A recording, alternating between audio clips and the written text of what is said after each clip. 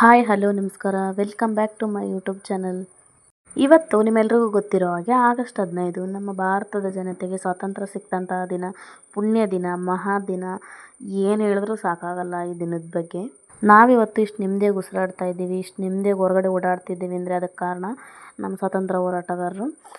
ಅವ್ರಿಗೆಲ್ಲ ನನ್ನ ಕಡೆಯಿಂದ ಬಿಗ್ ಸೆಲ್ಯೂಟ್. ನಾನಿವತ್ತು ಬೆಳಗ್ಗೆನೇ ವ್ಲಾಗ್ಸ್ ಮಾಡೋಕ್ಕೆ ಸ್ಟಾರ್ಟ್ ಮಾಡಿದ್ದೀನಿ. ನನ್ನ ಮಗಳನ್ನ ಇವತ್ತು ಸ್ಕೂಲ್ ಕರ್ಕೊಂಡು ಹೋಗಬೇಕು, ಆಗಸ್ಟ್ 15 ಅಲ್ವಾ. ಪೇರೆಂಟ್ಸ್ ಕಂಪಲ್ಸರಿ ಬರಲೇಬೇಕು ಅಂತ ಹೇಳಿದ್ದಾರೆ. ಹಾಗಾಗಿ ಇವತ್ತು ನನ್ನ ಮಗಳ ಜೊತೆ ನಾನು ಹೋಗ್ತಾ ಇದ್ದೀನಿ ಸ್ಕೂಲ್ಗೆ.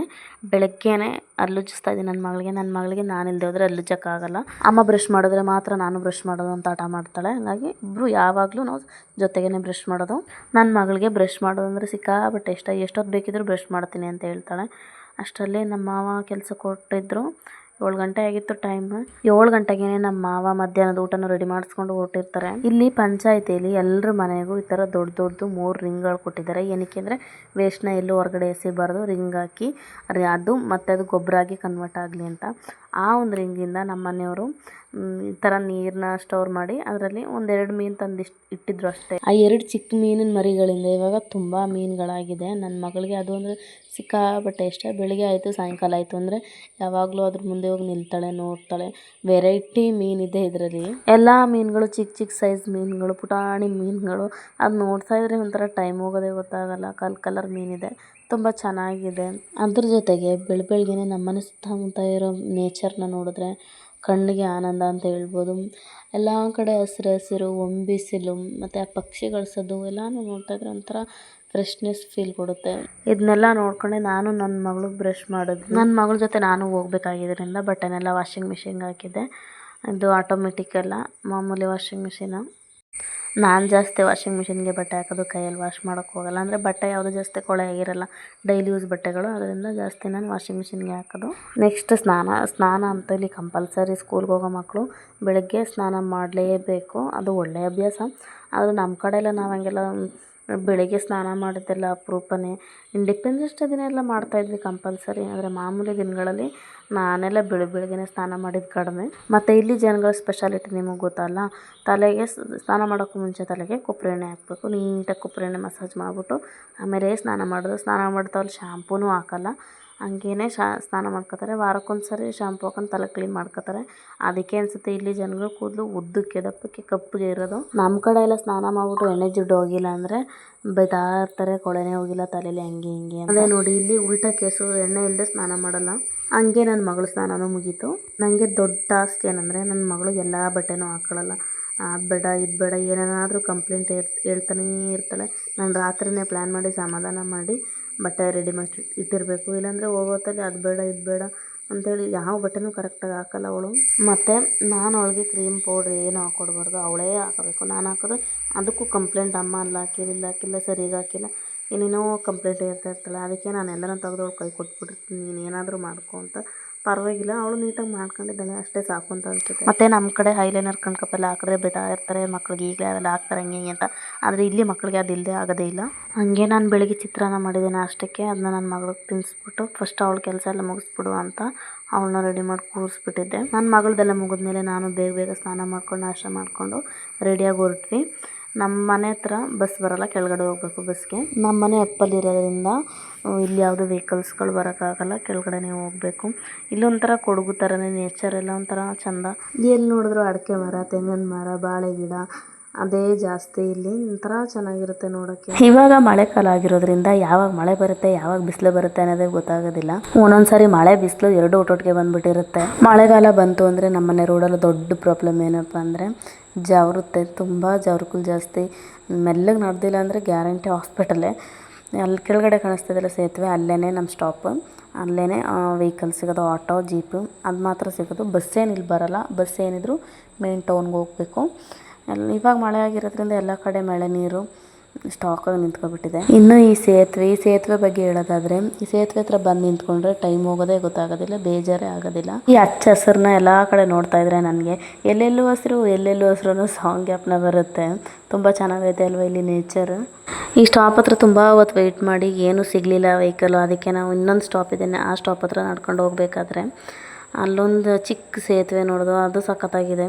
ಅದೇ ಸೇತುವೆದು ಚಿಕ್ಕ ಸೇತುವೆ. ಹಂಗೋ ಹಿಂಗೋ ಹೆಂಗೋ ನಾನು ನನ್ನ ಮಗಳು ಸ್ಕೂಲ್ ಹತ್ರ ಬಂದು ಅಲ್ಲಿ ನೋಡಿದ್ರೆ ಆಲ್ರೆಡಿ ಎಲ್ಲ ಬಂದ್ಬಿಟ್ಟಿದ್ರು, ಎಲ್ಲ ರೆಡಿ ಮಾಡ್ಕೊಳ್ತಾ ಇದ್ರು. ಕರೆಕ್ಟ್ ಟೈಮಿಗೆ ಬಂದು ಅಂತ ಅನ್ನಿಸ್ತು. ಸ್ಕೂಲ್ ಒಳಗಡೆ ಹೋಗ್ತಾ ಇದ್ದಂಗೆ ದಕ್ಷು ಟೀಚರು ಕರ್ಕೊಂಡ್ರು. ಮತ್ತು ನಾವು ಸೈಡಿಗೆ ಬಂದು ನಿಂತ್ಕೊಂಡು, ನಾನು ತುಂಬ ಎಕ್ಸ್ಪೆಕ್ಟೇಷನ್ ಇಟ್ಕೊಂಡು ಬಂದಿದ್ದೆ. ಈ ಪ್ರೋಗ್ರಾಮ್ ಹಂಗಿರುತ್ತೆ ಹಿಂಗಿರುತ್ತೆ, ನಮ್ಮ ಥರನೇ, ನಮ್ಮಲ್ಲಿ ಕರ್ನಾಟಕದ ಥರನೇ ಏನೇನೋ ಪ್ರೋಗ್ರಾಮ್ಸ್ ಇರುತ್ತೆ ಅಂತ ಅಂದ್ಕೊಂಡು ಬಂದೆ.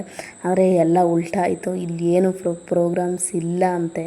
ಏನೂ ಇಲ್ಲ ಅಂದರೆ ಹಂಗಲ್ಲ, ಮಾಮೂಲಿ ಪ್ರೇಯರ್ ಮಾಡಿಸಿರ್ತಾರೆ, ಫ್ಲಾಗ್ ಹಾರಿಸ್ತಾರೆ, ಜೊತೆಗೆ ಸ್ವಲ್ಪ ನಾಟಕ ಅದು ಇದು ಏನೋ ಹೇಳ್ತಾ ಇದ್ರಪ್ಪ, ನೋಡುವ ಏನೈತೆ. ನಾನು ಹಂಗೆ ಯೋಚನೆ ಮಾಡ್ಕೊಂಡು ನಿಂತಿರ್ಬೇಕಾದ್ರೆ ಮಕ್ಕಳು ಒಬ್ಬೊಬ್ಬರಾಗಿ ಬಂದು ಹ್ಯಾಪಿ ಇಂಡಿಪೆಂಡೆನ್ಸ್ ಡೇ ಅಂತ ವಿಶ್ ಮಾಡಿದ್ರು. ನಾನು ಸೇಮ್ ಟು ಯು ಅಂತ ವಿಶ್ ಮಾಡಿದೆ.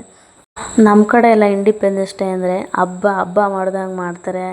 ಅವತ್ತಿನ ದಿನ ಅಲ್ಲಿ ವಾತಾವರಣನೇ ಚೇಂಜ್ ಆಗಿಬಿಟ್ಟಿರುತ್ತೆ. ಹಬ್ಬದ ವಾತಾವರಣ ಬೆಳಿಗ್ಗೆಯಿಂದನೇ ಸ್ಟಾರ್ಟ್ ಆಗಿಬಿಟ್ಟಿರುತ್ತೆ. ಏನೋಪ್ಪ ನನಗೆ ಇಲ್ಲಿಗೆ ಬಂದಮೇಲೆ ಆ ಥರ ಏನೂ ಅನ್ನಿಸ್ಲೇ ಇಲ್ಲ. ಏನೋ ಸಿಂಪಲ್ಲಾಗಿ ಮಾಡ್ತಾಯಿದ್ದಾರೆ ಅಂತ ಅನ್ನಿಸ್ತು. ಅದನ್ನೆಲ್ಲ ಯೋಚನೆ ಮಾಡಬೇಕಾದ್ರೆ ದಕ್ಷುದು ಫ್ರೆಂಡ್ ಅಮ್ಮ ಅಲ್ಲೇ ಇದ್ದರು. ಅವ್ರನ್ನೂ ಹಂಗೆ ಮಾತಾಡ್ಸ್ಕೊಂಡು ಅವ್ರ ಜೊತೆ ಒಂದು ಸೆಲ್ಫಿ ತೊಗೊಂಡೆ. ಫ್ಲಾಗ್ ಹಾರ್ಸೋಕ್ಕೆಲ್ಲ ರೆಡಿ ಮಾಡ್ಕೊತಾ ಇದ್ದಾರೆ. ಎಲ್ಲ ಮಕ್ಕಳನ್ನೆಲ್ಲ ಒಂದು ಕಡೆ ಮತ್ತು ಪೇರೆಂಟ್ಸ್ನೆಲ್ಲ ಒಂದು ಕಡೆ ನಿಲ್ಲಿಸಿ ಫ್ಲಾಗ್ಗೆಲ್ಲ ರೆಡಿ ಮಾಡ್ಕೊತಾ ಇದ್ದಾರೆ. ಇದನ್ನೆಲ್ಲ ನೋಡಬೇಕಾದ್ರೆ ನನಗೆ ನಮ್ಮೂರ ಜ್ಞಾಪಕಕ್ಕೆ ಬಂತು. ನಾನು ಚಿಕ್ಕವಳಾಗಿದ್ದಾಗ ಸ್ಕೂಲು, ಟೀಚರ್ಸು ಮತ್ತು ಸ್ವಾತಂತ್ರ್ಯ ದಿನಾಚರಣೆ ದಿನ ಕೇಸರಿ ಬಿಳಿ ಹಸಿರಿಂದ ಡೆಕೋರೇಟ್ ಮಾಡಿರೋದು, ಮತ್ತು ಡ್ಯಾನ್ಸು, ಹಾಡು, ಸಾಂಸ್ಕೃತಿಕ ಕಾರ್ಯಕ್ರಮಗಳು, ಅಲ್ಲಿದ್ದು ಊಟ, ಫ್ರೆಂಡ್ಸು, ಪ್ರತಿಯೊಂದು ನನಗೆ ನೆನಪಾಯಿತು. ಎಲ್ಲನೂ ನಾನು ತುಂಬ ಮಿಸ್ ಮಾಡ್ಕೊತೀನಿ. ನಂಗೆ ಆ ಚೈಲ್ಡ್ಹುಡ್ ಮೆಮೊರೀಸ್ನ ನಮಗೆ ನೆನಪು ಮಾತ್ರ ಮಾಡ್ಕೊಳಕ್ಕಾಗಲ್ಲ, ಅದನ್ನ ರೀಕ್ರಿಯೇಟ್ ಮಾಡ್ಕೊಳಕ್ಕಾಗಲ್ಲ. 9 ಗಂಟೆಗೆ ಕರೆಕ್ಟಾಗಿ ಇಲ್ಲಿ ಧ್ವಜಾರೋಹಣ ಮಾಡಿದ್ರು.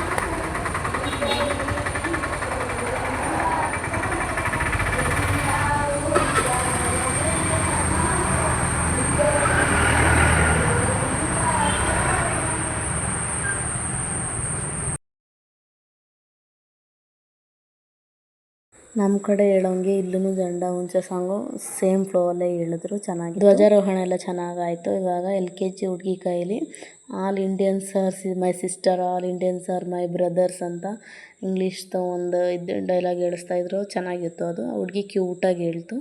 ಎಲ್ಲರೂ ಹುಡುಗಿ ಏನು ಹೇಳ್ತಾಳೆ ಅದನ್ನೇ ಹೇಳ್ಬೇಕಾಗಿತ್ತು. ನಾವೆಲ್ಲ 7-8 ವರ್ಷ ಆದರೂ ಇಂಗ್ಲೀಷ್ದು ABCDನೂ ಗೊತ್ತಿರಲಿಲ್ಲ. ಆದರೆ ಈಗಿನ ಮಕ್ಕಳಿಗೆ 5 ವರ್ಷ 4 ವರ್ಷಕ್ಕೇ ABCD ಇಂದ ಹಿಡಿದು ಪ್ರತಿಯೊಂದು ಇಂಗ್ಲೀಷ್ದೆಲ್ಲ ಆಲ್ಮೋಸ್ಟ್ ಅವ್ರಿಗೆ ಗೊತ್ತಿರುತ್ತೆ, ಬೇಸಿಕ್ಸ್ ಎಲ್ಲ. ಇಂಗ್ಲೀಷಲ್ಲಿ ಹಾಡು ಸಹ ಹೇಳ್ತಾರೆ, ರೈಮ್ಸ್ ಅಂತೆ, ಡೈಲಾಗ್ ಅಂತೆ, ಅದು ಕೇಳಬೇಕಾದ್ರೆ ಒಂಥರ ಚೆನ್ನಾಗಿರುತ್ತೆ. ಜನ್ರೇಷನ್ ಹೆಂಗೆ ಫಾಸ್ಟೋ ಹಂಗೆ ಈ ಜನ್ರೇಷನ್ ಮಕ್ಕಳು ಸಹ ಸಿಕ್ಕಾಬಟ್ಟೆ ಫಾಸ್ಟ್ ಇದ್ದಾರೆ. ನಾವೆಲ್ಲ 1ನೇ ಕ್ಲಾಸ್ 2ನೇ ಕ್ಲಾಸ್ಗೆ ಸ್ಟೇಜ್ ಮೇಲೆ ಹೋಗೋಕ್ಕೆ ಹೆದರ್ತಾ ಇದ್ದವು. ಅಂದರೆ ಈಗ ಮಕ್ಳು ಹಂಗಲ್ಲ, ಖುಷಿಯಾಗಿ ಹೋಗಿ ಸ್ಟೇಜ್ ಮೇಲೆ ಪರ್ಫಾರ್ಮ್ ಮಾಡ್ತಾರೆ. ಆ ಎಲ್ಲ ಕ್ರೆಡಿಟ್ಸು ಟೀಚರ್ಸ್ಗೆ. ಯಾಕಂದರೆ ಮನೆ ಆದಮೇಲೆ ನೆಕ್ಸ್ಟು ಸ್ಕೂಲಲ್ಲೇ ಮಕ್ಕಳು ಆಲ್ಮೋಸ್ಟ್ ಎಲ್ಲನೂ ಕಲಿಯೋದು. ಅದರಿಂದ ಟೀಚರ್ಸ್ ಎಫರ್ಟ್ ತುಂಬ ಇರುತ್ತೆ. ಅವ್ರಿಗೊಂದು ಬಿಗ್ ಥ್ಯಾಂಕ್ಸ್. ಅದ್ರ ಜೊತೆಗೇ ರಾಷ್ಟ್ರಗೀತೆ, ಸ್ವಾತಂತ್ರ್ಯ ದಿನಾಚರಣೆ ದಿನ ಮಕ್ಕಳು ಬಟ್ಟೆ ನೋಡೋಕ್ಕೆ ಚಂದ, ಕೇಸರಿ ಬಿಳಿ ಹಸಿರು. ಹೆಣ್ಮಕ್ಳು ಬಟ್ಟೆ ನೋಡೋಕೆ ಇನ್ನೂ ಚಂದ. ಎಷ್ಟು ಚೆನ್ನಾಗಿದೆ ನೋಡಿ ಈ ಬಟ್ಟೆ. ರಾಷ್ಟ್ರಗೀತೆ ಎಲ್ಲ ಮುಗಿದ್ಮೇಲೆ ಮಕ್ಕಳನ್ನ ಬ್ಯಾಕ್ ಸ್ಟೇಜಿಗೆ ಕರ್ಕೊಂಡು ಹೋದರು. ಅಲ್ಲಿ ಮಕ್ಕಳ ಭಾಷಣ, ಟೀಚರ್ಸ್ ಭಾಷಣ, ವಂದನೆ, ಸ್ವಾಗತ ಎಲ್ಲ. ನನಗೊಂದು ಶಾಕಿಂಗ್ ನ್ಯೂಸು, ನಾನು ಅಲ್ಲೊಂದು ಕೂತ್ಕೊಂಡ ಮೇಲೆ ಗೊತ್ತಾಗಿದ್ದು ನನ್ನ ಮಗಳು ಯಾವುದೋ ಸಾಂಗ್ ಸೇರ್ಕೊಂಡಿದ್ದಾಳೆ ಅಂತ. ಟೀಚರ್ಸ್ ಇನ್ಫಾರ್ಮ್ ಮಾಡಿಲ್ಲ. ನೋಡಿದ್ರೆ ಸಡನ್ನಾಗಿ ಅವಳು ಸ್ಟೇಜ್ ಮೇಲೆ. ಪರವಾಗಿಲ್ಲ, ಸುಮಾರಾಗಿ ಹೇಳಿದ್ಲು, ಅಷ್ಟೇ ಸಾಕು ಸದ್ಯಕ್ಕೆ. ನಾವೆಲ್ಲ ಸ್ಟೇಜು ಹತ್ತಿರಲಿಲ್ಲ. ಅದಕ್ಕೆ ಹೋಲಿಸ್ಕೊಂಡ್ರೆ ನಮಗಿಂತ ಎಷ್ಟೆಷ್ಟೋ ಬೆಟರ್ ನಮ್ಮ ಮಕ್ಕಳು. LKG ಮಕ್ಕಳದು ಸಾಂಗ್ ಆದಮೇಲೆ UKG ಮಕ್ಕಳದು ಸಾಂಗ್ ಇತ್ತು. ಇನ್ನು ದೊಡ್ಡ ಮಕ್ಕಳದು ಡ್ರಾಮಾ ಇತ್ತು. ಡ್ರಾಮಾದ ಟಾಪಿಕ್ ಏನಂದರೆ ಬ್ರಿಟಿಷರು ನಮ್ಮ ದೇಶಕ್ಕೆ ಬಂದು ಹೆಂಗೆ ನಮ್ಮ ದೇಶದ ಸಂಪತ್ತನ್ನೆಲ್ಲ ಕೊಳ್ಳೆ ಹೊಡೆದ್ರು ಅನ್ನೋದ್ರ ಬಗ್ಗೆ ಡ್ರಾಮಾ ಇತ್ತು. ಮತ್ತು ಗಾಂಧೀಜಿಯವ್ರದ್ದು ಉಪ್ಪಿನ ಸತ್ಯಾಗ್ರಹ ಅದರದ್ದು ಇತ್ತು. ಚೆನ್ನಾಗಿತ್ತು ಡ್ರಾಮಾ. ಮಕ್ಕಳು ತುಂಬ ಚೆನ್ನಾಗಿ ಆ್ಯಕ್ಟ್ ಮಾಡಿದ್ರು. 3 ದಿನದಲ್ಲಿ ಪ್ರಾಕ್ಟೀಸ್ ಮಾಡಿದ್ದು ಅಂತ ಹೇಳ್ತಾಯಿದ್ರು ಟೀಚರ್ಸು. ತುಂಬ ಚೆನ್ನಾಗಿತ್ತು. ಖುಷಿ ವಿಷಯ ಏನಪ್ಪ ಅಂತಂದರೆ ಇವತ್ತಿನ ದಿನವೇ ಈ ಸ್ಕೂಲಲ್ಲಿ ಡ್ರಾಮಾ ಕ್ಲಬ್ ಅನ್ನೋದನ್ನ ಉದ್ಘಾಟನೆ ಮಾಡಿದ್ರು. ಅಲ್ಲಿಗೆ ಫಂಕ್ಷನ್ ಮುಗೀತು. ಇನ್ನು ಬಾಕಿ ಉಳಿದಿದ್ದು ಒಂದೇ ಊಟನೂ ಕೊಟ್ಟರು. ಪಾಯಸ ಮಾಡಿದರು, ಅಕ್ಕಿ ಪಾಯಸ. ನಾನು ತಿಂದಿಲ್ಲ, ನನ್ನ ಮಗಳು ಮಾತ್ರ ತಿಂದಳು. ಆದರೆ ಇಲ್ಲಿಗೆಲ್ಲ ಹೋಲಿಸ್ಕೊಂಡ್ರೆ ನಮ್ಮ ಕರ್ನಾಟಕನೇ ಎಷ್ಟೋ ಬೆಟರ್ ಗೊತ್ತಾ. ಏನಕ್ಕೆ ಅಂದರೆ ಡ್ಯಾನ್ಸ್ ಇರುತ್ತೆ, ಸಾಂಗ್ ಇರುತ್ತೆ, ಏನೇನೆಲ್ಲ ಫಂಕ್ಷನ್ಸ್ ಇರುತ್ತೆ. ಇಲ್ಲಿ ಏನೂ ಇಲ್ಲ, ಅದೇ ಬೇಜಾರಾಯಿತು ನನಗೆ. ಅಯ್ಯೋ ಇಷ್ಟೇನೋ ಅನ್ನೋ ಬೇಜಾರಲ್ಲೇ ನಾವು ವಾಪಸ್ ಮನೆಗೆ ಬಂದೋ. ಬರ್ತಾ ದಾರಿಲಿ ಅಮ್ಮ ನನಗೇನಾದರೂ ಬೇಕು ಅಂತ ಕೇಳಿದ್ಲು. ಅವ್ಳಿಗೊಂದು ಚಾಕ್ಲೇಟ್ ತೊಗೊಟ್ಬಿಟ್ಟು ಮತ್ತೆ ವಾಪಸ್ ಮನೆಗೆ ಬಂದೋ. ಯಾರಿಗೆಲ್ಲ ನನ್ನ ಮಿನಿ ವ್ಲಾಗ್ ಇಷ್ಟ ಆಗಿದ್ರೆ ಲೈಕ್, ಶೇರ್, ಕಮೆಂಟ್ ಎಲ್ಲ ಮಾಡಿ. ಮತ್ತು ಇದುವರೆಗೂ ಸಬ್ಸ್ಕ್ರೈಬ್ ಮಾಡ್ಕೊಳ್ದಿರೋ ದಯವಿಟ್ಟು ಸಬ್ಸ್ಕ್ರೈಬ್ ಮಾಡಿ. ಓಕೆ, ಮತ್ತೆ ಸಿಗ್ತೀನಿ.